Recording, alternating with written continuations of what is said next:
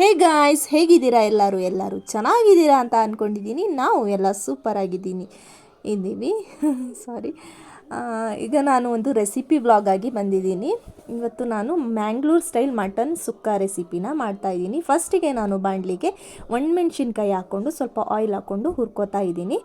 ಆಮೇಲೆ ನೆಕ್ಸ್ಟು ಇದಕ್ಕೆ ನಾನು ಕೊತ್ತಂಬರಿ ಬೀಜ ಮತ್ತು ಬಡಸೊಪ್ಪು ಅಂದರೆ ಜೀರಿಗೆ ಥರ ಗ್ರೀನ್ ಕಲರ್ ಸ್ವಲ್ಪ ದಪ್ಪ ಇರುತ್ತಲ್ಲ ಅದೆರಡನ್ನೂ ಮಿಕ್ಸ್ ಮಾಡಿಕೊಂಡು ಚೆನ್ನಾಗಿ ಹುರ್ಕೋತಾ ಇದ್ದೀನಿ. ಹುರ್ಕೊಂಡು ಇದನ್ನು ನಾವು ಮಿಕ್ಸಿಗೆ ಹಾಕ್ಕೊಂಡು ಚೆನ್ನಾಗಿ ಪೌಡರ್ ಮಾಡ್ಕೋಬೇಕು. ಇದು ಪೌಡರ್ ಥರ ಕನ್ಸಿಸ್ಟೆನ್ಸಿ ಇರಬೇಕು. ನೀವು ಒಂಚೂರು ವಾಟರ್ ಆ್ಯಡ್ ಮಾಡಬಾರ್ದು, ಇದಕ್ಕೆ ನೀರು ಆ್ಯಡ್ ಮಾಡಬಾರ್ದು. ಸ್ವಲ್ಪ ತರಿಯಾಗಿ ಪೌಡರ್ ಮಾಡ್ಕೊಂಡು ಬರಬೇಕು. ಈಗ ಮಟನ್ನ ಬೇಯೋಕ್ಕೆ ಇಟ್ಟಿದ್ದೀನಿ ಕುಕ್ಕರಲ್ಲಿ. ಮಟನ್ ಬೇಯಿಸ್ಕೊಳ್ಳೋಣ. ಆಮೇಲೆ ಈಗ ನಾನು ಟೊಮೆಟೊ, ಈರುಳ್ಳಿ, ಕರ್ಬೇವಿನ ಸೊಪ್ಪನ್ನು ಕಟ್ ಮಾಡಿ ಇಟ್ಕೊಂಡಿದ್ದೀನಿ. ಒಂದು ಬಾಣಲಿಗೆ 5 ಟೇಬಲ್ ಸ್ಪೂನಷ್ಟು ಆಯಿಲ್ ಹಾಕ್ಕೊಂಡಿದ್ದೀನಿ. ಫಸ್ಟಿಗೆ ನಾನು ನಿಮಗೆ ಯಾವುದು ಅವೈಲೇಬಲ್ ಇದೆ ಆ ಆಯಿಲ್ನ ಹಾಕೋಬೋದು. ಕೊಕೊನೆಟ್ ಆಯಿಲ್ ಹಾಕಿದ್ರೆ ಸ್ವಲ್ಪ ಚೆನ್ನಾಗಿರುತ್ತೆ ಟೇಸ್ಟು, ಹೆಲ್ತ್ ವೈಸು ಒಳ್ಳೆಯದು ಕೊಕೊನೆಟ್ ಆಯಿಲು. ಈಗ ನಾನು ಕಟ್ ಮಾಡಿ ಇಟ್ಕೊಂಡಿದ್ನಲ್ಲ ಟೊಮೆಟೊ, ಈರುಳ್ಳಿ, ಕರ್ಬೇವಿನ ಸೊಪ್ಪು ಮತ್ತು ಮೆಂತ್ಯ ಸೊಪ್ಪು ಸ್ವಲ್ಪ ಇತ್ತು, ಹಾಗಾಗಿ ಅದನ್ನು ಹಾಕ್ಕೊಂಡಿದ್ದೀನಿ. ಆಪ್ಷನಲ್, ಬೇಕಾದರೆ ಹಾಕೋಬೋದು, ಇಲ್ಲದಿದ್ದರೆ ಸ್ಕಿಪ್ ಮಾಡಿ, ಏನೂ ತೊಂದರೆ ಇಲ್ಲ. ಈಗ ನೋಡಿ ಈ ಥರ ಪೌಡರ್ ಮಾಡಿ ಇಟ್ಕೊಳ್ಬೇಕು. ಫಸ್ಟಿಗೆ ನಾನಿಲ್ಲಿ ಟೊಮೆಟೊ, ಈರುಳ್ಳಿ ಇದೆಲ್ಲ ಹಾಕ್ಕೊಂಡಿದ್ನಲ್ಲ ಅದನ್ನು ಚೆನ್ನಾಗಿ ಆಯಿಲಲ್ಲಿ ಫ್ರೈ ಮಾಡ್ಕೋಬೇಕು. ಆಮೇಲೆ ಸ್ವಲ್ಪ ಅರಿಶಿನ ಪುಡಿ ಮತ್ತು ಶುಂಠಿ ಬೆಳ್ಳುಳ್ಳಿ ಪೇಸ್ಟು ಇದನ್ನು ಎರಡನ್ನೂ ಹಾಕ್ಕೊಂಡು ಚೆನ್ನಾಗಿ ಹಸಿ ವಾಸನೆ ಹೋಗೋ ತನಕ ಫ್ರೈ ಮಾಡ್ಕೊಳ್ಳೋಣ.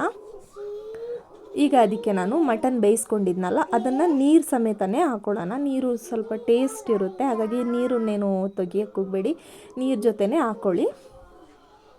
ಹಾಕ್ಕೊಂಡು ಚೆನ್ನಾಗಿ ಮಿಕ್ಸ್ ಮಾಡೋಣ. ಜಾಸ್ತಿ ಏನು ಮಿಕ್ಸ್ ಮಾಡಬೇಕು ಅಂತಿಲ್ಲ, ಅಂದರೆ ಬೇಯಿಸ್ಕೊಂಡಿರ್ತೀವಲ್ಲ ಮಟನ್ನು, ಸ್ವಲ್ಪ ಇದ್ರ ಆಯಿಲ್ ಜೊತೆ ಮಿಕ್ಸ್ ಆಗಲಿ ಅಂತ ಮಿಕ್ಸ್ ಮಾಡಿಕೊಂಡ್ರೆ ಸಾಕು. ಈಗ ನಾನು ಮಿಕ್ಸಿ ಮಾಡ್ಕೊಂಡಿದ್ನಲ್ಲ ಪೌಡರು, ಆ ಪೌಡರ್ ನಿಮಗೆ ಬೇಕಾದರೆ ಸ್ಟೋರ್ ಮಾಡಿ ಇಟ್ಕೋಬೋದು. ನಿಮಗೆ ಯಾವಾಗಾದರೂ ಅರ್ಜೆಂಟ್ ಮಾಡಬೇಕು ಅಂದರೆ ಮಾಡ್ಕೋಬೋದು.